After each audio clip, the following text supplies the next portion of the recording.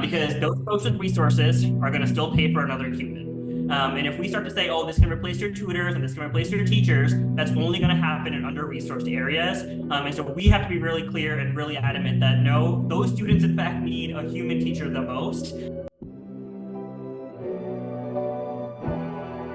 It's Taj of the Beat. And welcome, ladies and gentlemen, boys and girls, guys, gals, and non-binary pals to another episode of All the Above, the show that gives you an unstandardized take on education. I'm Jeffrey Garrett, one of your co-hosts, and I've been a middle and high school principal and a high school social studies teacher. And as always, I'm joined by... What up, family? It's Manuel, your favorite teacher's favorite teacher. I'm a high school history teacher here in the Los Angeles area. This is year 20 in the classroom for me, wrapping up right now. And this here, of course, is All of the Above, your home for news and analysis of all matters pertaining to our wild world of education. Shout out to anybody who might be joining us for the very first time. If you are catching us on YouTube, shout out to you. Hopefully you hit that subscribe button and thumbs up and all that good stuff. But also find us on your favorite podcast streaming app, because in between our full episodes, which feature super dope guests and of course these lovely graphics, we also have Passing Period Podcast, which is just Jeff and myself talking about the latest happenings in the world of education. And if you are listening to us right now on the go, shout out to you. Definitely give us that 5-star review or whatever your podcast streaming app might provide for. Jeff, man, if this comes out when I anticipate it coming out, that means it's the 4th right now. So Jeff, I wanna say, may the 4th be with you. And how you doing, man? Oh, Manuel, I'm doing okay, hanging in there, and may the 4th be with you as well. I will take this occasion to say my personal vote for all-time greatest Star Wars movie is Rogue One. I don't know if you have a strong take on this issue. No, I don't. That's definitely the right answer. There's nothing. Okay. There's not really. I think we could just objectively say Rogue One is the best of all the Star Wars films. That was a wonderful, wonderful, wonderful film. It was a gem. I think the original 3 movies were, up until Rogue One came out, I was like, they're just vastly superior to everything that's come out since. But I'm going to say Rogue One, then the original 3 movies. But I will also say, I don't know if you watched, Manuel, the, oh my gosh, I'm having a brain fart now. But the most recent series, oh my gosh, I can't remember the guy's name now. But Kylo Ren? The guy... No. The guy who was in Rogue One. I don't know why. It's like his origin story. Oh, yeah. I'm totally having a brain fart now. Andor. Andor. Thank you. Yes. That was a great, at least the first series was pretty fantastic. Or the first season, I guess, was pretty fantastic. So, as far as the offshoots, that might be my favorite one. But yeah. There's my take on Star Wars. Jeff, I did not realize that we were on the same page about this. And folks, we promise we'll get to education talk soon. Andor is definitely the best of the series that have come out related to Star Wars. And anybody who enjoys our show and enjoys certainly conversations around power and oppression and how the school system intersects with that. I mean, Andor, that story there, just the building of the resistance and how do you resist something that, the oncoming fascism that's developing. Like, I think that's something that folks who don't even know anything about Star Wars and aren't into anything about like Jedis or anything like that, Andor is a series for you, because that's powerful stuff. So we're on the same page, Jeff. Look at us. Yes, indeed. Also, Manuel, it is probably very fitting that on May the 4th be with you day, we are featuring today a very special guest, someone who is going to help us explore a topic that you and I, frankly, have talked about a few times, at least on the show, with great skepticism. Yeah. With great, perhaps foreboding overtones. And that would be artificial intelligence, Manuel. We're going to dig into all things AI and the future of education today with a very special guest. Priten Shah is going to be joining us to help us kind of unpack some of the big questions related to AI, like what is or should be the future of AI in education? are we justified in having the kind of concerns we do about privacy or about corporate intrusion into the classroom? What's the sort of right stance we should be taking on AI right now before we really know what we're getting into? So we have an expert who's going to be joining us. We're going to dig into all things artificial intelligence on this May the 4th day. Stick around, folks. You definitely don't want to miss it. Yeah, for sure. It's going to be a dope conversation. I think, normally when we have our super dope guests on the show, they are folks who pretty much cut from the same cloth as us, Jeff, in terms of, how we view the school system and the importance of fighting for educational justice and a humanizing school system and schooling experience for everybody. And Priten Shah, he's dope as well. He's got a long track record of work in education technology and what have you. But I do believe we are perhaps not on the same level of agreement around the potential danger or promise of artificial intelligence in the classroom. So this should be a great conversation to just explore a little more deeply, because you and I have definitely been criticizing artificial intelligence, AI, for quite a while on this show. And speaking of Star Wars, recently I saw Dune 2, and for anybody who's seen the Dune films or read the saga, that takes place in a world where AI is banned because of all the damage that it did. So therefore, in Dune, like all the technology, all the galactic travel, all that stuff has to happen through human means, or I presume human. In any case, through like living folks, not through artificial intelligence. And that's sort of one of the reasons why they have to battle for spice, because the navigators need the spice to navigate through the stars, and they can't use AI to do that because of the dangers of AI. So it's just like a perfect coming together of themes for this show. So we hope y'all enjoy what's to come. But first, we are going to take a look at recent headlines in the world of education in a segment that we like to call the Do Now. Stay tuned.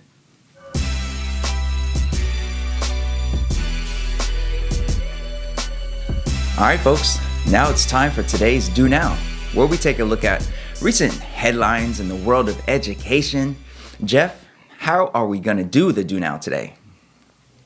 Well, Manuel, we're coming up on the end of the school year here. True. In many parts of the country. I mean, that's maybe easy to say. There's still a few weeks, or, my poor educators in the Mid-Atlantic and Northeast that have to go until like late June. There's still a long time to go. But, it's getting there, and it's time, Manuel, I think, for some grades. Time for a report card. All right. Let's look at these grades, Jeff, because, summer is approaching, and, some folks might have to be going to summer school if they don't pass. So, Jeff, the first grade, summer school bound. The first grade is an F. Yeah, definitely summer school bound for these fools. Yeah, and this F, Jeff, it could represent many things. It could be an F for fascism, an F for foolishness, a F for frightening. F for F out of here. That's a good one. Yes. That's a good one, Jeff. Well, all right. So for this story, we are looking at some fascist foolishness, and it is quite frightening. And this comes to us by way of Chalkbeat. Thank you. Thanks to some reporting by Kaylin Belsha. And Kaylin reports that the Heritage Foundation, a conservative think tank, which has been hard at work crafting a policy playbook for a possible second Trump presidential term. The Heritage Foundation has recently released a brief calling on states to require public schools to charge tuition to unaccompanied migrant children and to children with undocumented parents. The brief states that such a move would, quote, draw a lawsuit from the left, which would likely lead to the Supreme Court to reconsider its ill-considered Plyler versus Doe decision. Now, this is in reference to the 1982 ruling that held that it was unconstitutional to deny children a public education based on their immigration status. Plyler has survived challenges for more than 40 years, but some legal experts and advocates for immigrant children say the newest proposal to undermine it should be taken seriously given Trump's extreme anti-immigrant rhetoric, a steady drumbeat of headlines about the so-called migrant crisis, and the conservative-led Supreme Court's recent willingness to overturn established legal precedent. Brett Geyer, a professor at Western Michigan University who wrote a book about K-12 schools and the Supreme Court, is quoted in the article as saying, quote, "I do think that this court has the chutzpah to say we're going to take it on and overturn it." However, Patricia Gandara, a research professor at UCLA who's written extensively about how immigrant enforcement affects children and schools, she pointed out that, quote, "Every time there's an election, all of a sudden immigration becomes a big problem, and we hear we have to do something about these immigrants, we have to get rid of them and not pay for their schooling." She says that after this election is over, that tends to die away. So, Jeff, is this brief a cause for real concern, or is it just another political ploy meant to stir up the base? Oh, no, it's 1,000% a cause for serious concern, Manuel. The the thing that we have to keep in mind is that our quote unquote friends on the right wing extremist end of things they're very easy to understand, Manuel. They don't hide their motives, right? They sometimes dress them up in like very 1984 dystopian kind of language, the Patriot Act or, those sorts of things, right? But like ultimately, they always tell on themselves, right? They always say the quiet part out loud, and they get together and have conferences about how they're going to do things like end Roe versus Wade, or, gut the Voting Rights Act, or end critical race theory and DEI, or undermine public education.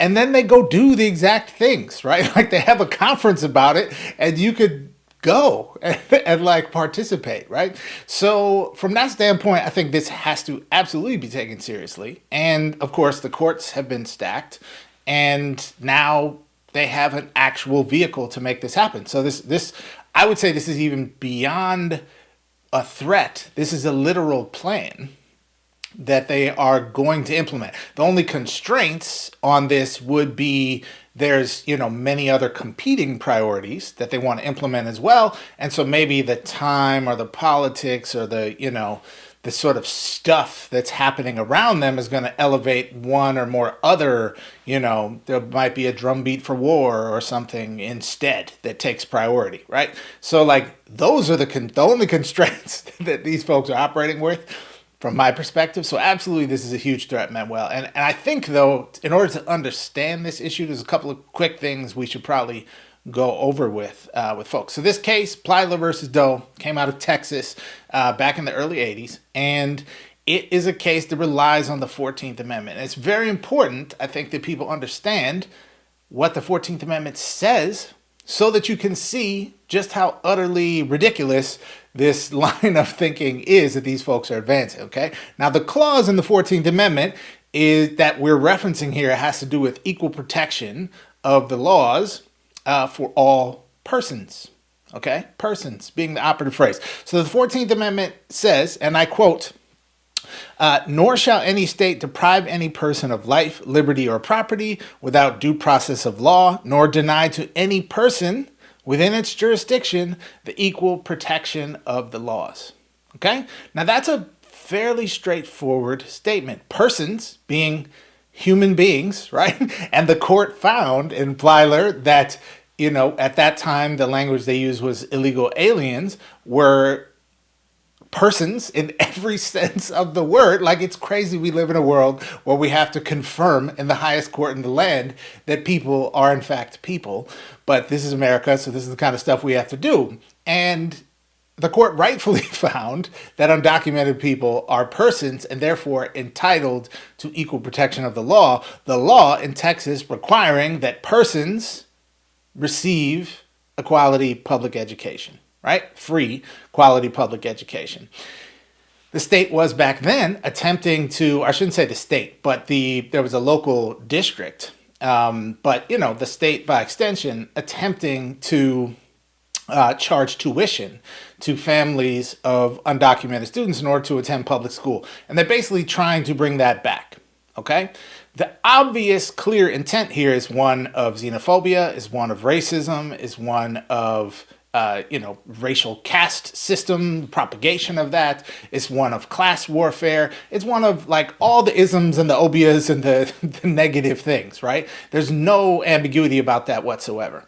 And parallel to this, there is an interesting question for us to grapple with about how we fund schools and what should happen in particular in places like Texas or say Arizona or California, border states that are being asked to absorb larger numbers of migrant students, newcomer arrival students in the current historical context, and are not actually being properly resourced to provide the services that those students need. Because not only are they coming to school and just like literally need the basic services of school, but often these students are also, escaping violence or, other forms of very serious oppression, to the extent that it makes them like ride on top of a train across multiple countries and then trek across a deadly desert, right? Or surrender to authorities at a certain point and claim asylum and risk like incarceration, torture, all these kinds of things, right? Like imagine what it would take for your 15-year-old to do that by themselves, right? Like how desperate the situation would be that you're fleeing, right? And now you show up at school and maybe you've had interrupted education. Maybe you speak Spanish at least, which could be a language that lots of other people speak around you, even if it's not the language of instruction. But maybe you speak other languages where there's very few staff in school who speak that language, if any. So there's a lot of complicating factors here, and there is a legitimate question about how do we resource schools to provide the services that these students deserve. The question is not, are these people not actually people and therefore don't deserve equal protection of the law? The question is not, one that takes us back to the sort of existential question of like, are we a civilized society that actually wants to educate all the people in its, within its jurisdiction, or do we want to have literally a caste system where some people get to go to school and some people don't get to go to school? Of course, we have had that in our country before, and it was pretty darn crappy. So, Right. So this is the kind of stuff these folks want to bring back, man. Well, it's trash. Of course, we shouldn't do it, but 100% this is a very serious threat. It's absolutely a very serious threat, and I think I'm just gonna be very clear with folks that here at All of the Above, not just you and I, but I believe all of our listeners, all of our dedicated listeners for sure, all of our AOTA family members believe that every child deserves a high quality education, no matter who that child is, no matter who their parents are, no matter their immigration status, for sure. Like, it's just the most basic fundamental thing. If there is a kid within reach of a public school system, that kid should be entitled to enroll in that school without any kind of, obviously any kind of tuition or anything like that. And it should not matter what that child's immigration status is, because, it's just for obvious reasons. Going back to what you pointed out importantly about the 14th Amendment and this concept of persons. But of course, we live in a world now where it's becoming more and more okay, I guess, or acceptable by a lot of folks out there to discuss folks of various different marginalized backgrounds as if they are not persons. And we've heard the most dehumanizing language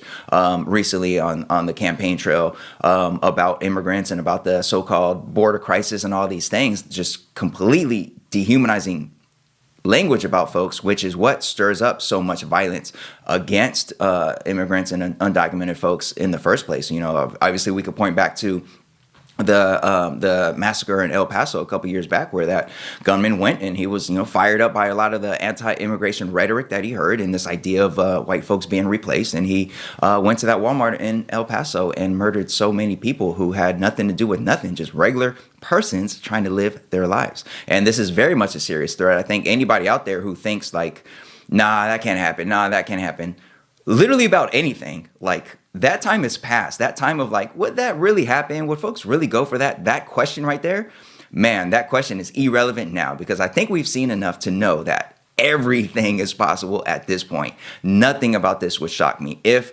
this reached the Supreme Court, if some state out there went ahead and tried to charge tuition and the response was a lawsuit, and if that made it up to the Supreme Court, no part of me thinks like, oh, the court wouldn't really go for that, right? Like, I think they will go for anything. And the Heritage Foundation knows that. And they are not the only conservative think tank out there that knows that this is the time to strike while the iron is hot, because the courts are stacked. And whether or not Trump wins the election coming up in November, this is the time to challenge everything. So this is very much a very serious threat. I can't emphasize enough the importance of everybody out there in education continuing to speak up and speak out and make sure that we don't allow our students to be dehumanized and to be spoken about in these ways. Like, I know there are school systems out there that are struggling with the amount of newcomers that have come, and my school system certainly has a school that serves newcomer students, and certainly like there's a whole host of challenges there. And Jeff, as you pointed out, we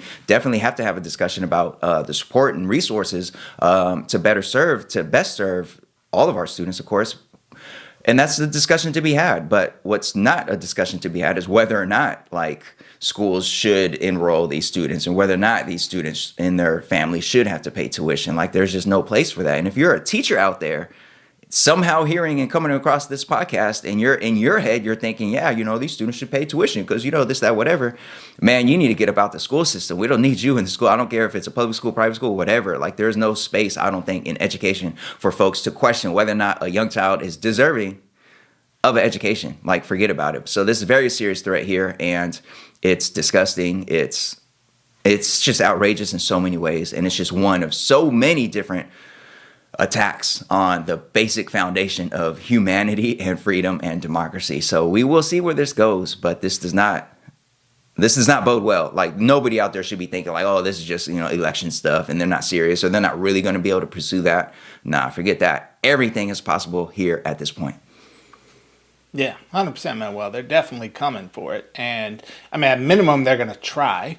And I think if I were a betting man, I would say they're going to succeed. Like, politically, there's no effective opposition to them, at this point. And so, we with the power and agency that we have in our various, communities and local contexts, need to be thinking also about ways to, guard against this or oppose this or that sort of thing, given that probably what the outcome would be if a challenge to pilot were successful is that the power to make this decision would revert to the states. And we would wind up like what we're seeing with something like abortion, which is, some states have full rights and dignity for a class of people, and then other states don't and have like really regressive, punitive laws that start incarcerating people for seeking abortion services. And we could see the same kind of thing, right? Where we start seeing incarceration of undocumented folks who are like just trying to send their kids to school and lied about it, or,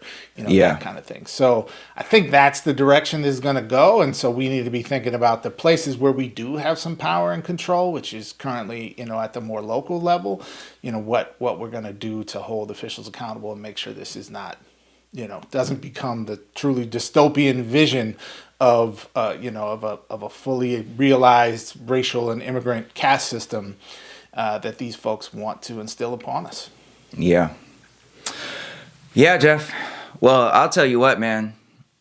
I know we're about to talk AI in the seminar, and that story right there, very dystopian view of the future, of the possible future, and AI, of course. There's a lot of not great feels with where that might take us, at least from my vantage point. So please, Jeff, for our next grade, please, let's just get a good grade, man. Something good, man. I don't want no Fs. I don't want no robots taking over the world, man. What we got? What's the next grade? Manuel, you always try to do this to me, man. The next grade, Manuel, you might be happy to hear, Manuel, is a B. A B. A very, very all caps B. Okay. See, that's what I'm talking about, man. Let's sandwich the bad stuff. Let's have something good in there. And a B, not great, not excellent, but at least it's not, charging tuition for immigrant children and, robots taking over the world. So I'll take it, man. I'll take whatever little nugget of B that we have here. Thank you, Jeff. Yeah. You hold on to that, man. Well, this this B stands officially for bananas, man. Well, straight bananas. Okay. We got another doozy for you folks.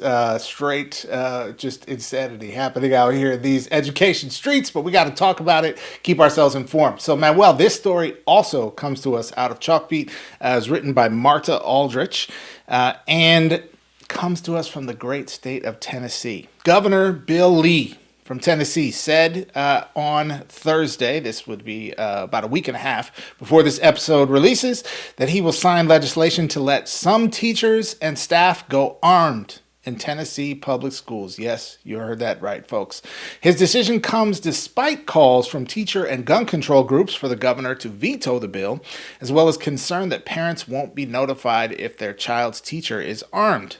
In nearly 6 years as governor, Lee has advocated for parental rights on education matters such as curriculum and library materials. No mention from him about whether you have parental rights to have your kid shot by their own teacher, though. Partisan votes in the GOP-controlled legislature advanced the bill this month despite mass protests, which folks may have seen covered in the media, at the state capitol seeking stricter gun laws in the wake of the 2023 massacre at the Covenant School in Nashville. That was the private Christian school in which a shooter killed 3 9-year-old children and 3 adult staff members at the school. Many of the state's largest districts have already announced they will not use this option. They say their campuses generally have a trained law enforcement officer already on duty. Quote, I think meeting general threats to an environment with another threat to an environment is not something that we want to participate in, end quote, said Mary Fegans, the new superintendent of the Memphis-Shelby County Schools. Under the legislation, carrying a gun would be voluntary and allowed only if the local school district and law enforcement agencies agree to the policy. The school employee carrying the gun would have to possess an enhanced permit, complete 40 hours of certified training in school policing at their own expense, and pass a mental health evaluation and FBI background check. So, Manuel, I gave this story a B for bananas. That was probably the most diplomatic thing I could say about it. What do you have to say about it, good sir? Yeah, well, I mean, that last part that you just shared about the teacher will have to undergo 40 hours of training and enhance this and that and background check and mental health check and all those things. It's funny, it's odd because I thought Republicans were against that, generally speaking, for gun ownership. So it's almost like they know. It's almost like they know it's a good idea to like look into a person's background and their capabilities and their training and all that before handing them a firearm. It's almost like they know that's actually a good idea. They just don't want to do it generally, except for, I guess, to get this bill passed. Of course, this bill is bananas. Obviously, I mean, what is there to say? Like, there's no data that armed folks in a school make the school safer. We've seen, I mean, the shooting that precipitated this legislation here, like there were armed teachers at that school site, and that didn't stop folks from getting killed. There were, I don't know how many armed folks who showed up to Uvalde, and that didn't stop that massacre. We know for a fact, we've seen example after example after example after example, that just having more guns in an environment does not make the environment safer. I understand the basic like simplistic logic of like, well, a rural school out in the middle of nowhere that can't afford or doesn't have the resource for an armed officer within range, within sight. Like, it'd be easier if one of their teachers are trained and have a firearm. I understand the simplistic logic there, but there's just no data to support that would make a difference. In fact, that would probably just make things worse. Things happening that are not the level of threat that the person thinks, but they think it's a threat and they reach for their gun and somebody gets hurt. And, you know, there's all the questions about what would happen in that case, who's liable if a teacher mistakenly, in trying to defend the school from who knows what, mistakenly kills one of the school's own students. Like, what happens? Does that teacher get locked up? Does the school system or the teacher, which one is liable for that? Who gets the lawsuit? What happens next? And just generally speaking, like, why would parents have parental rights for all these things that the governor supports, but not have the right to know whether or not their child's teacher is armed? Like, it's almost like the governor doesn't actually care about parental rights, just uses it when it's convenient. So just bananas, of course. Bananas. I like what I think it was the superintendent in Memphis said about, like, yeah, we don't need that. We don't need to add more of a threat into an already vague, threatening environment. Like, we don't need to just double down on the guns and the violence. That's not going to be a solution. That's not going to be what helps our kids stay safe and healthy and be able to get their education. So yes, this is bananas, Jeff. You are correct. Yeah, it's completely insane. Manuel. It is literally one of the stupidest ideas I have ever heard in education, period. Like, I'm not exaggerating, Manuel. This is one of the dumbest things that has ever been done in public education. And that's setting aside for a moment the like horrific violence and harm this will do upon many school communities. It is just literally stupid. Like, what are we doing here, people? What are we doing? Even through a sort of fanatical right-wing lens, this is a terrible idea, Manuel. It's such a bad idea. There's two things that are absolutely certain to happen as a result of this becoming law in Tennessee. Now, we should, I guess, technically say that at the time of recording this episode, the bill had not been signed by the governor yet, although it's pretty much all but expected to become law. So, stipulating that for a moment, Manuel, should this eventually become law, which we expect it will, two things are absolutely certain. One is that at some point, a teacher is going to kill their own student or students. Absolutely certain that this is going to happen. Might take some time, but this is the outcome we're talking about here. Second, absolute certainty is that at some point a child is going to get their hands on one of these guns and do one of two things: kill or injure themselves, or kill or injure another person in the school building. These are two outcomes, Manuel. Teachers shooting their own students and students shooting themselves or each other or adults that like are the worst things that can happen in school. Right? Like, I mean, is there anything worse than that? There might be other really horrible things that can happen too. But like, this is the worst kind of thing that can happen in school. Why on earth would we want to increase the likelihood that these things can happen, Manuel? In a lot of parts of the country, you can't even take kids on field trips to go swimming at a pool with a lifeguard because the risk management powers that be think it's too much of a liability concern. But we're trying to arm all the teachers, okay? Like, this is bonkers, Manuel. That's another B word there, right? It is absolutely insane. It is guaranteed to cause traumatic injury or death. And there is no way that this works out to be a net positive thing for public education or education period in the state of Tennessee or anywhere else that they are trying to do this, Manuel. Like, this is so crazy, it's hard to talk about with any kind of like seriousness. These people have gone off the deep end, Manuel. Yeah. How do you really feel about it, Jeff? I'm not quite sure. trying to gauge your feelings about this. But yeah, you're right. You're absolutely right. And I also thought folks on the right didn't trust teachers. I thought teachers were indoctrinating kids and doing all these terrible things. So it's funny that they would want to arm the same teachers that they think are destroying America. It's almost like it doesn't add up, Jeff. It's almost like it doesn't quite add up. But, you know, maybe we're just a couple years away from those AI robot dogs patrolling our schools and, you know, leave it up to them to calculate who's a threat and who's not. Yeah. Yeah. Well, speaking of which, well, exactly. Real feel-good vision there. All right, folks, a lot happening, obviously, in the world of education, and we got to stay informed, man, because these are our schools, these are kids we care about, and so much potential harm being done, and we can't just sleep on that. So thank you, everybody, for listening, for being part of our conversations here on All of the Above as we try to keep you informed in the latest happenings in the world of education. And speaking of all of that, artificial intelligence, that's a very big happening in the world of education. So stay tuned. Up next is our seminar where we're going to dive deep into AI and the potential promise and the potential dangers of it as it continues to expand throughout our school system. That's coming up next. Stay tuned.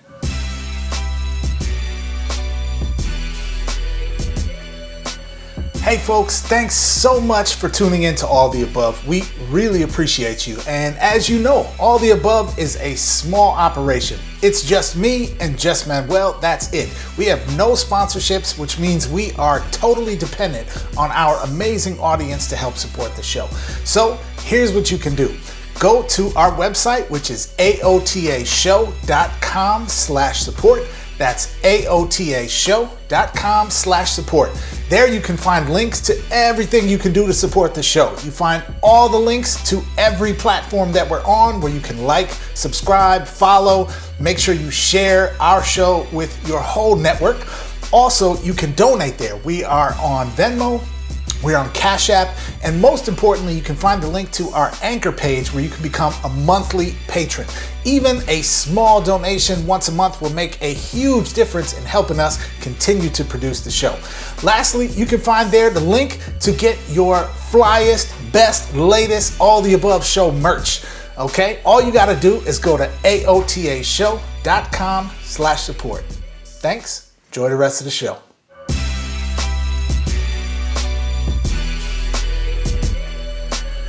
All right, folks, welcome to today's seminar. Thanks so much for joining us. And we are excited to have with us today a very special guest, someone who is an expert in the field of AI in education.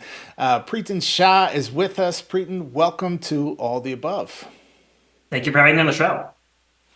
Yeah, well, I am personally excited to have you here today because Manuel and I have both, I think it's fair to say, been somewhat skeptical of AI in education, but also it's fair to say we are not experts and perhaps not informed, not as informed as we could be on the issue. So it's really exciting to have with us someone who's bringing some real expertise and depth of thought on this issue so we can dig into it. But before we do, let me tell you a little bit more about our guest, folks.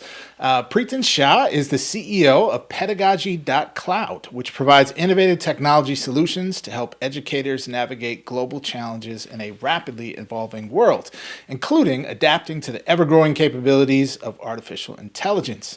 He's the author of AI and the Future of Education, Teaching in the Age of Artificial Intelligence. Priten is also the founder of the civic-focused nonprofit United for Social Change. He has a BA in philosophy and a master's in education from the Harvard University Graduate School of Education. Welcome again, Priten. I'm going to kick it over to Manuel for our first question.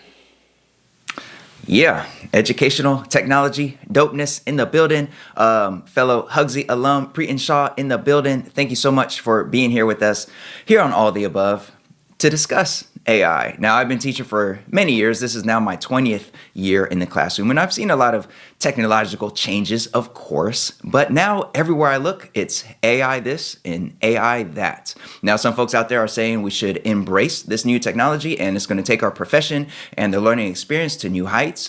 And others say we should proceed perhaps with caution, maybe restrict it or outright ban it for undermining basic academic integrity and some ethical concerns and just various concerns of that nature. So we want to hear from you. What do you think the present role of AI in the classroom should be? And is that a good thing?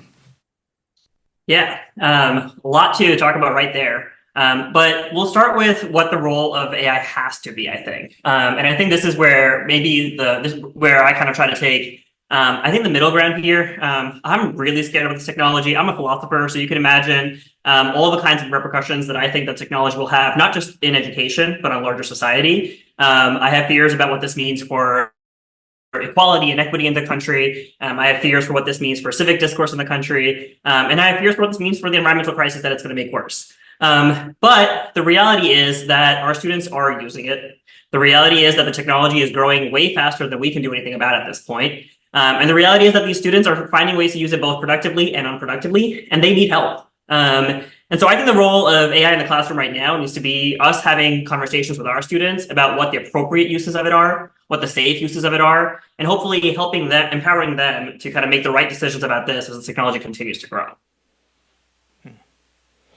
Yeah, I appreciate that statement, Priten, because there is sort of the question or dual questions of what the role of AI should be versus what it actually is. And it, as an educator, it does feel, and I'm, certainly even more at an arm's length from the realities of every day in the classroom than Manuel is.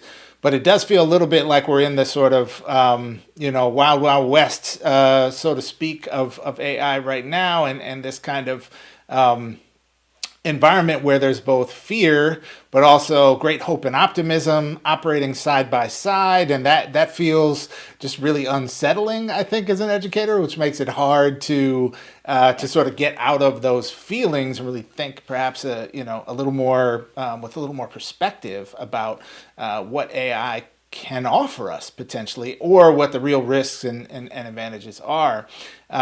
all that said, I think it's fair to say that today, educators are facing the sort of most bold goals for public education that we've ever had historically to ensure, all students are college and career ready, and we're dealing with the most diverse collection of students and the mainstreaming of special education and all these sorts of things that make the job of a teacher to meet the needs of all the students, particularly at, say the high school level where you have, 30 or more students in every classroom. Yeah. It's a very difficult task to meet all those needs. It makes me think that some of the promise of AI might best be found in this area of personalization. What do you see as the kind of promise or potential pitfalls ahead for AI in this realm of personalization? Yeah. So one of the things I talk about in the book is we have these problems in education that are perennial, right? So we have achievement gaps, we have digital divides, we have the need to differentiate amongst all our different students. And AI can either make all of those things substantially worse, or it can solve some of those things, or at least get us closer to solving some of those things. And I think we have to do a lot of things right in order for it to go in the direction of solving things. But the exact kinds of pain points that you just highlighted that we do struggle to meet because we don't have the human capacity in our educational system, that there might be some room there for us to use the technology appropriately and safely to do that. And so some of the things we talk about in the book are like personalized learning pathways. And so we could potentially have different activities for different students. Neuroscience shows that students are more likely to grasp activities if they are even tangentially tied to their own interests. And so my favorite example is if we can generate math problems that are the exact same word problem, but using each student's individual interests, we might actually get students who are a bit more interested, their brains activate a little bit more when they're doing those math problems in the classroom. And so instead of everybody talking about, Bob and Sally buying oranges and apples at the store, everybody could be talking about either, their basketball game, they could be talking about the latest news updates for climate change, they could be talking about their favorite TV shows, but still solve the same basic curricular goal of getting, figuring out addition or solving a math problem. And that might get us closer to solving some of these problems. There's also potential for accessibility, right? So we could use this technology to have real-time translation for students who are ESL learners. We could have the potential for things to become, if the text can easily be converted into different reading levels, it can be converted into different fonts really easily. Even one of the things I'm hoping to see is, and this is a tool that I hope some ed tech person out there is listening about, is ways that in real time the audio actually takes out and puts in words that the student knows and doesn't know. So an ESL learner might be in a fully integrated classroom, but hopefully it lets some English through, some native language through. It kind of helps them build that vocabulary context. But we'll wait for somebody to hear that and do something about it. But that's the real potential. That technology, right? The actual tech already exists. It's a matter of implementing it in those ways. We could also do a lot to solve meeting all of our students, right? So sometimes our teachers are struggling to figure out which level of students to cater to in a particular classroom. And so I think giving them the opportunity to provide more practice for students who are struggling while also challenging the students who are high achievers, those are all potential, realities that could be realized with AI. Is any of that, I don't know if any of that's actually happening yet at the scale that I think everybody seems to feel like it's going to happen. And I think there's good reason for that, and we can talk about some of those. But I think those are where we could be if we wanted to use this technology to solve some of those initial issues that you mentioned. Yeah. Yeah, and across my years in the classroom, and I've seen various technologies come and stay and impact the classroom, and there's always been talk about technology one day replacing the teacher or replacing the school building as we now know it. And when I think of AI, just me personally, my mind immediately goes to robot apocalypse, because that's what I was raised on, Terminator and Matrix and all that stuff. So I immediately go to that. So when I think about the role of the teacher in the school building, in the far distant future, hopefully distant future, I try to imagine what impact that might have. Is there a way that teachers in school building as we know it could actually fundamentally change or be replaced? And and thinking about the importance of relationships and the role of relationships and the human experience of learning, of teaching and learning together for student engagement. And we've seen that you can't just sit kids in front of a Khan Academy video and replace the teacher. So given that centrality of the importance of the human element of teaching and learning, steer me away from this robotic apocalypse vision. What do you think is the long-term role of artificial intelligence in terms of how it might impact the role of the teacher and the school system down the line? Yeah. There's so much here, right? So I think that the first I think we want to be careful about is I hope that we can keep countering the narrative that's coming out of the tech world, that's coming out of the general policy, maybe the general news cycle about the potential for AI to replace teachers, or when the student uses AI, they score really well on the standardized test.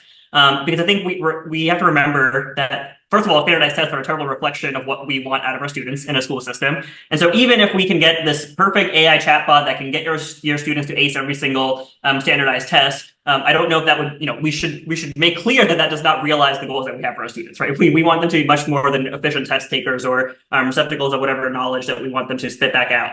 And so I'm hoping that we can use the AI technology to kind of reach some of those curricular goals we might have, right? So if it helps them become better writers because they're getting real-time feedback as they're writing and using it in a productive way like that, but they're still coming to classroom and sharing those ideas with each other. They're still having conversations with each other. They're still engaging and trying to find their own voice so they can communicate that better both in their careers and their personal lives. Your example you already provided, Khan Academy videos. My go-to example is Zoom school failed. Right, and that's with another human on the other side of the screen. So when students, we had a massive drop in engagement, we had a massive drop in students showing up, SEL kind of dropped, right? We had mental health crisis got worse across the country that year, and that's when you had a human on the other side of the computer still teaching you. If there's a robot on the other side, I don't know if our students are exactly going to be thriving or excelling in that environment. And so it really is to figure out how we can use it productively as a tool. My other fear, and I'm just getting this out there because I want to get this out there in as many places as I can, is that if we start to give into the narrative that it can achieve some of our goals as teachers, my worry is that it'll be used as replacements for our most underserved students, because those posted resources are going to still pay for another human. And if we start to say, oh, this can replace your tutors and this can replace your teachers, that's only going to happen in under-resourced areas. And so we have to be really clear and really adamant that no, those students, in fact, need a human teacher the most. So, we can use it to augment, we can use it to personalize, we can make our teachers more efficient, maybe free up some of their time if we can. But let's not start talking about whole scale replacing teachers, because that's exactly what's going to happen first. And that's a worry that I think we should all be, hopefully, I'll get off my soapbox in a minute, but hopefully we could all be very clear with our communities, the tech world, and also policymakers that that's just not an option. Yeah. So glad you brought that up, Priten, because I think previously on the show, many of the conversations Manuel and I have had have kind of come from a place of worry about the potential for AI to exacerbate problems we already face in terms of bias or various types of inequities in schools. And the example you just gave, I think, probably was a layer to that conversation we hadn't even thought about yet. But I'm wondering if you can maybe go a little bit deeper down this road of helping us think about, what are the potential risks of AI in terms of exacerbating some of those things, and then also what are if we accept the premise that AI reflects the sort of intentions and biases and that sort of thing of the programmers of the AI, it could presumably be programmed to do things that help close equity gaps and things that help expand, justice and that sort of thing. So what do you say to folks that have that concern, but also maybe can't necessarily see the potential for good that could come from AI in that sense? Yeah.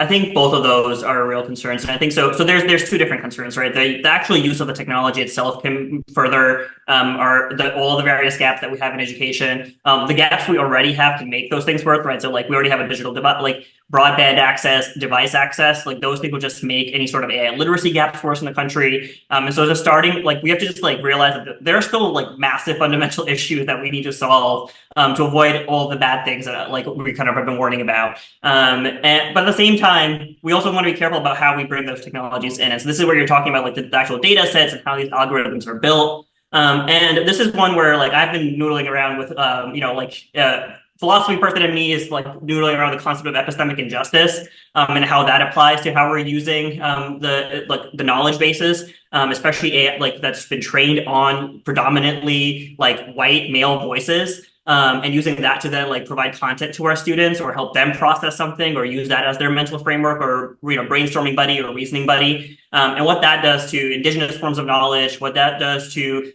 different ways of speaking, what that does to even like concepts that we just like aren't in the mainstream internet or in every single book, because all of those things are heavily skewed towards a very particular narrative. Now there's ways to get it, like there's these like stopgap measures that all these companies are trying to put in place. And there's ways that like when your teacher is using it or when, right, like if a teacher is using it, they can do the human in the loop can kind of, be like, okay, wait, maybe we should integrate this reading list I generated was all white men. Like, let me try to, diversify the reading list before I give it to my students. There's ways to incorporate, multiple narratives. And there's also feed things into it. So you maybe like, you're asking to summarize articles that you yourself have found that are from like different voices and not allowing it to control which voices are being shot or put forward. But there's also these stopgap measures we need to be careful about too. And I don't know if everybody's like seen, I don't know how much folks like follow all the rarest debacles that happen in the AI world, but one of my favorite ones is Google's image generator. And when they tried to like figure out a way to post like training fix the bias in the system. And so they basically like forced the word diversity into every single image that was being generated. And that meant that when someone was like, oh, like make an image of the founding fathers, like around the, drafting the Constitution, you got an image of like people who are not white men, which, like it's just historically inaccurate, kind of like shows where those like post like out training algorithm corrections can kind of go really poorly. And then you still find like all those biases being replicated in these other algorithms, right? So there's no like if you still ask like an example I saw on LinkedIn the other day was someone had asked it to generate students with tracking devices, and it predominantly showed like young Black boys. And it does a similar thing when you ask it to generate images of like male janitors in a school system. And these are all systems that are so-called, saying that they're trying to like work at finding ways to diversify. The other example that just really starts to annoy me is when you go in and ask it to explain things to different audiences. That's one way, like someone who like thinks about pedagogy. If you're like, oh, like help me explain AI to my mom versus my dad, and the kinds of examples it pulls from, they're so gendered, they're so based in stereotypes, and that's where you start to see, okay, like maybe just having like blanket exposure to this technology isn't great. And maybe what we need to do is talk to our students about the fact that it's replicating these biases, right? And that's a big part of what we we hope that we can help teachers do is help students navigate those biases, because avoiding, you mentioned bans earlier, and those were a lot more popular right when it came out, and it's not sustainable, right? Like just last week, like Instagram and WhatsApp now have Meta AI integrated. Snapchat has already had Meta, like their AI system integrated. They're not hiding from it. And so the best thing we can do is help them know that like these can be biased, these can center certain voices, these can be flawed and wrong. And those are the kind of conversations that I'm hoping that we can start having in our schools, so that students can navigate these things effectively. Because I don't think the technology is anywhere close to being safe or right or somehow like better than human in terms of its biases. Yeah, it certainly feels to me like a bit of a wave. Like, there's so much we're hearing about AI and we're seeing it everywhere, so many different tools. And now you go to any education conference, any teacher conference, and there's all these different vendors offering various, either guidance or something AI related for sale, and the last time I felt a wave like this as a teacher was, the proliferation of social media and cell phones, those years where I started having so many students in the middle of the class period, trying to access their social media and go through social media. And I remember thinking at the time, like a lot of teachers felt at the time, I think, and a lot of folks were saying at the time, like, this is inevitable. This is just everywhere now. There's no way you could stop it. So instead, let's, help students learn how to use it. And I was that teacher that was, instead of confiscating phones, helping students learn, or ostensibly trying to help them learn how to manage it and use it as a learning tool. And looking back, I think we should have had more discussion about safeguards and about things that should have been done early on before just allowing folks to just the free open access to social media, and we're seeing, of course, all the various impacts that has had on young people. So now that we're in a new wave of artificial intelligence, and of course, there's a feeling that it is inevitable, that there's not much to be done to slow it down or to stop it. Yeah. What does that safeguard conversation look like? So with regards to our classrooms and our schools, what are some safeguards that you think school leaders, policymakers really need to be advocating for as this inevitable feeling wave of AI sweeps through our school system? Yeah. This is a tough one, because the decentralized nature of the technology, the number of different actors in the field, right? Like it's not, if this was like one particular company putting it out, if there's one particular country putting out something, I feel like I'd be a little bit more optimistic. The social media crisis made me even more like pessimistic about the fact that our government will ever catch up.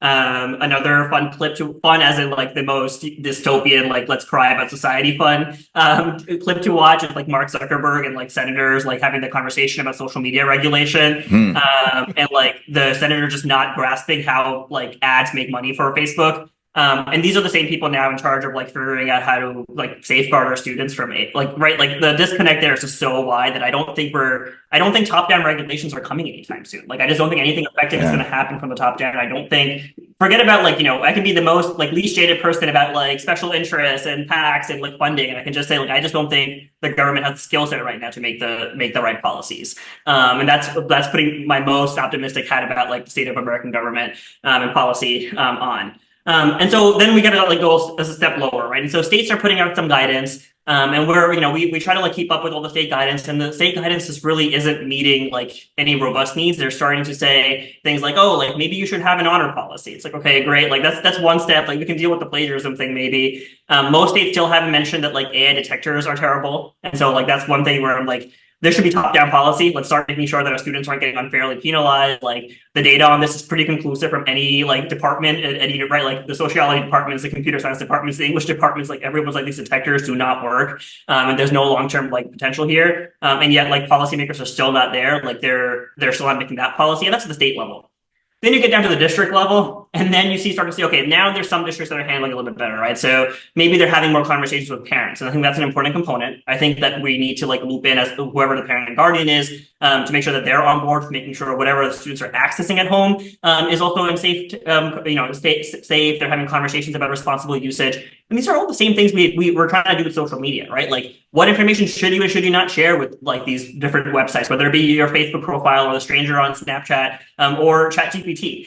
Those same conversations to be had about what it means to be an effective digital citizen. What does it mean to use it to bully and cyberbully? Like what is, be safeguarding yourself from a deep fake. But also like what is the line between ethical usage where you're actually using it to, brainstorm your idea for your paper, versus like write an entire paper for you, right? Like, and all that, like, this is not, I think people are looking for like, okay, what is this like, magic solution almost that will like make sure that we protect our students. And I think this is one where we just have to have conversations and get them able to make good decisions. And that's not easy. Like, I think we can barely do that with adults, let alone with students. But I don't know if there's any other solution. Like, right? Like, and that's frustrating and it's sad. But like, I think that it's just too decentralized for us to do anything else about it besides like prepare our students to navigate it. I don't know. I don't know if that's any help. And I think that's the reality, at least as far as I see it right now. Yeah. Very much appreciate your thoughts here, Priten. It's also making me think, and I apologize for maybe blindsiding you with this question, but if you can, maybe it would be helpful. I'm realizing at the start we didn't sort of define what exactly we're talking about when we say AI in education. And I think we've mentioned some, social media companies that are using various types of AI, and we've mentioned, I think, ChatGPT. But I wonder if you could maybe share with us, like, any insights you could offer on like what are we actually talking about when we're talking about AI in education, and maybe just shed some light on like the landscape of tools or ways to interact with AI that we're talking about here. Yeah, that's a good idea. Let's catch up a little bit on that. So I think there's the larger field of artificial intelligence, and that's where we're just like trying to make computers do human-like things, human-like cognitive things. And so this can mean everything from classifying something. It can mean like recommendation engines, and so your like Netflix algorithm that like tells you what show to watch is AI based. And then there's this like particular subset that's popped up in the last like 2 to 3 years now, that's become popular in the last 2 to 3 years, which are generative models. And these generative models kind of like take data, and then they produce new output that's brand new.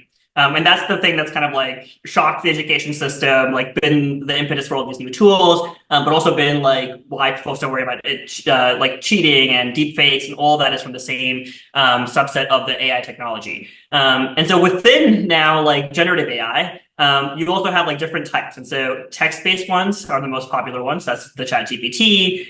Google has they're not called it Gemini, it was Bard at one point.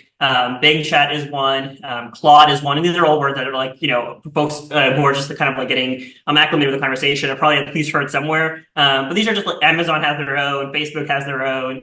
And so now there's like 6 or 7 major players that are all trying to figure out how we can like get computers to talk like humans. Like that's one class of models. And then there's ones that like specialize in images. And so when I talk about like the Google image generator that made the fake image of the founding fathers that like had weird racial undertones in it, that's produced by a model like that. There are models that specialize just in video, and so they can produce like realistic videos, animated videos. There's ones that like can be voice, and so OpenAI has one now that they haven't released yet for safety reasons. We'll see how long that lasts, but that will take 15 seconds of your voice clip and replicate it so that it can produce like complete, you know, like hour-long speech using your voice that sounds like it's your own voice. And then there's ones that do all of that together, and so there's ones that kind of can operate in all the different modalities.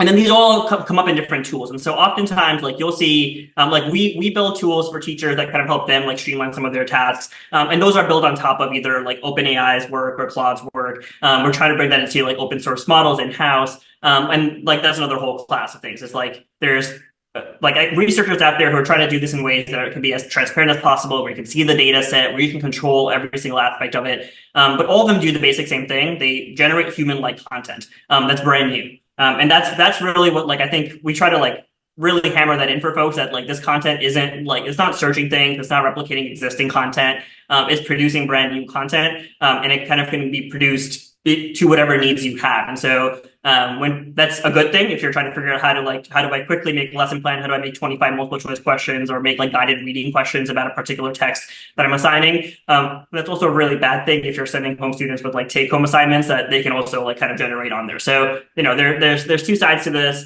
but that's the crux of both the potential and its, you know, the risk it creates. Is that enough of, I'm trying to like make sure I'm not like going into like 2-hour tirade about what AI is. But no.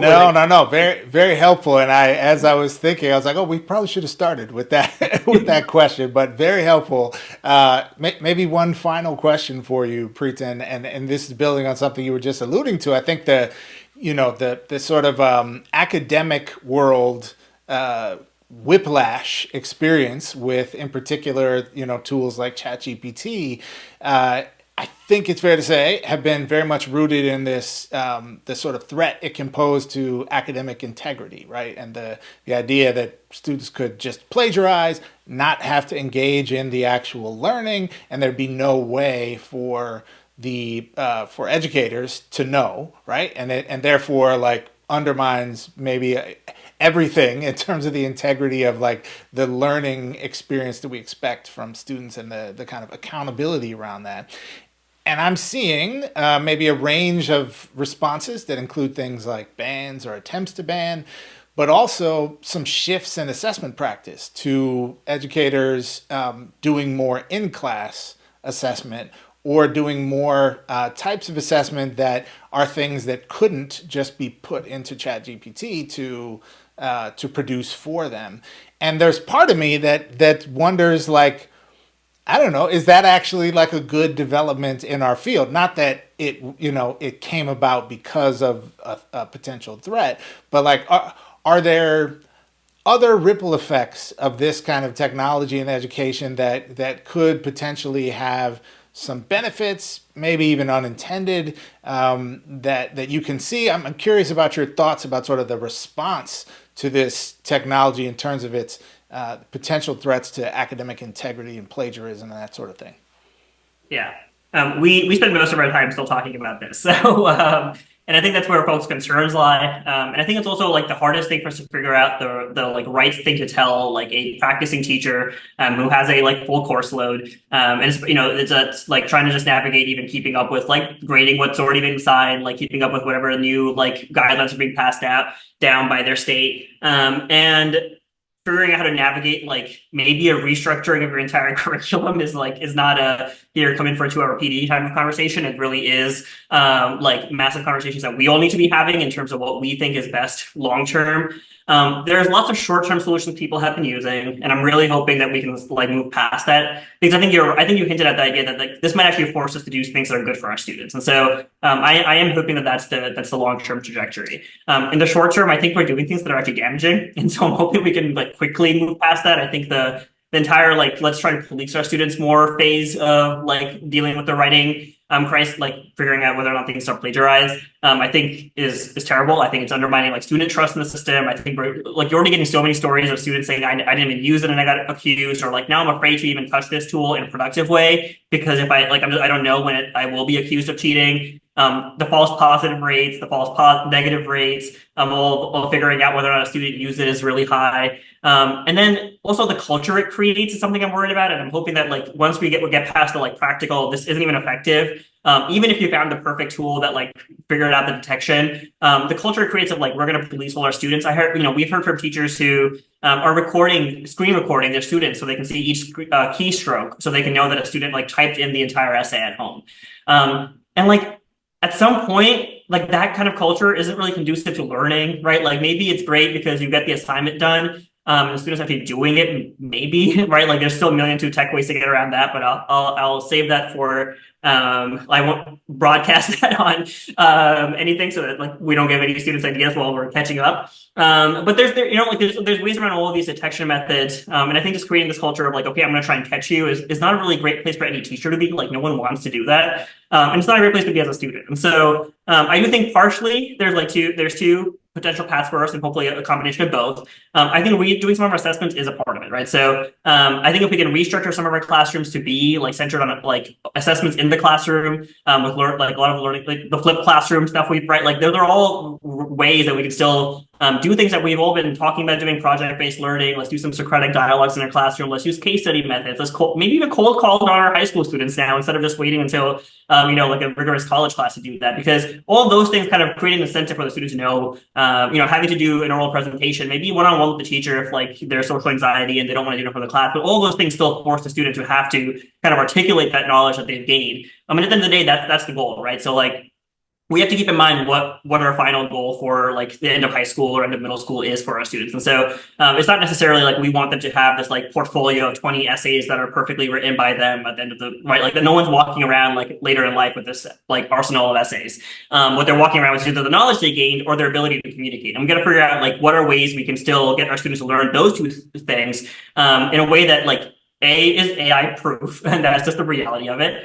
And B, and this is what I'm hoping we can also do more of, and this is just like perennial problem. I don't, like there's no like easy solution here. But our students have to be bought in. Like that's like we just cannot like jam things down and say like you have to do things this way because we think this is good for you. Especially the older students get. I think they deserve to like be told why we're doing things the way we're doing them, told why we're teaching them what we're teaching them, why we're assigning an essay and not assigning it in any class presentation, why they shouldn't use ChatGPT to just do it, and get them to believe it. And I think like we already have an absenteeism crisis that's independent of AI. We have a student engagement crisis independent of AI. And this would help all of those things if we can get students on board to the idea that they're in the school system for their own good. And it's not a like, let's produce the most output system. And I think we can probably have an entire episode about why that's been the structure of our education system for the last 100 years, as to why we're so like students feel so output focused, even though I don't think any teacher wants them to feel that way. I think the structures that we've kind of imposed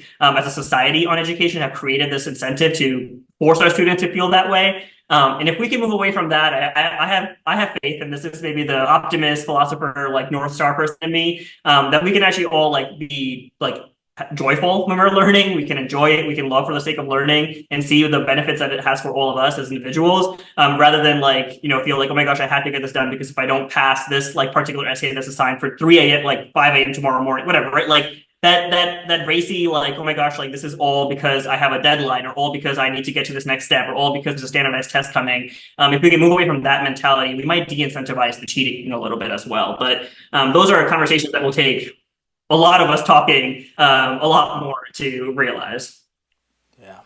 Yeah. Well, Priten, thank you so much for joining us today. Unfortunately, we're going to have to put a pin in it there, but appreciate your time and your expertise in today's conversation very much. Folks, our guest today has been Priten Shah. He is the CEO of Pedagogy.Cloud and also the author of AI and the Future of Education, Teaching in the Age of Artificial Intelligence. Thanks so much for joining us today, Priten, on all the above. Thank you for having me. All right, folks, that's it for today's seminar. Thanks so much for joining us, but stick around. Next up is our class dismissed.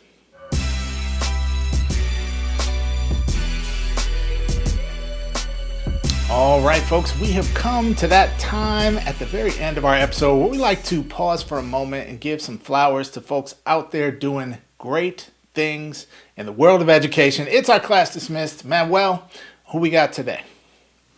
Well, Jeff, I mean, this class dismissed is to a particular, like, just all-star set of students, but also more generally to the young people across the nation who are really organizing right now, organizing for various things. Of course, we've been talking on our passing periods about campus protests against the ongoing genocide in Palestine. But this story here is about student organizers in Los Angeles who, for the last several years, have been organizing against the carceral state in Los Angeles schools. So we want to give a special shout out to a group called Students Deserve. Now, Students Deserve has been organizing in LAUSD for a while, and in 2019, they helped, thanks to their advocacy, they helped end random searches on students across LAUSD, Los Angeles Unified School District. And in 2020, their work helped bring an end to police use of pepper spray on all district campuses. And most notably, as part of the Police Free LAUSD Coalition, the group helped defund $25 million from the LA police budget, which is the largest amount ever defunded from a school police department. Then they successfully pushed for the school board to reinvest those funds into a Black Student Achievement Plan, which offers academic counselors, climate advocates, and psychiatric social workers for Black students. And, just a whole lot of ongoing activity and organizing by them. We do want to shout out NBCU Academy, where we got this story. And this story was brought to us by Iris Kim. So shout out to Iris Kim for helping shed a light on LA Students Deserve. I believe on Instagram, LA Students Deserve, I believe that's their handle, something along that. So you can find them there. And, they're at pretty much every board meeting and they're all over the place. These young people fighting for a safer school system, a more humanizing school system. And yet again, Jeff, the young people are on the right side of things and ought to be listened to. So shout out to them. Yes, absolutely, Manuel. I second everything you said there. Shout out to the brilliant organizers with Students Deserve. I also must say, Manuel, having some awareness of this, there was a lot of other folks also involved in the sort of coalition building and the movement around this as well, including many principals I know who, bravely kind of led on this before it was a cool thing to do, to say that we should, not have random searches in schools or metal detectors in schools.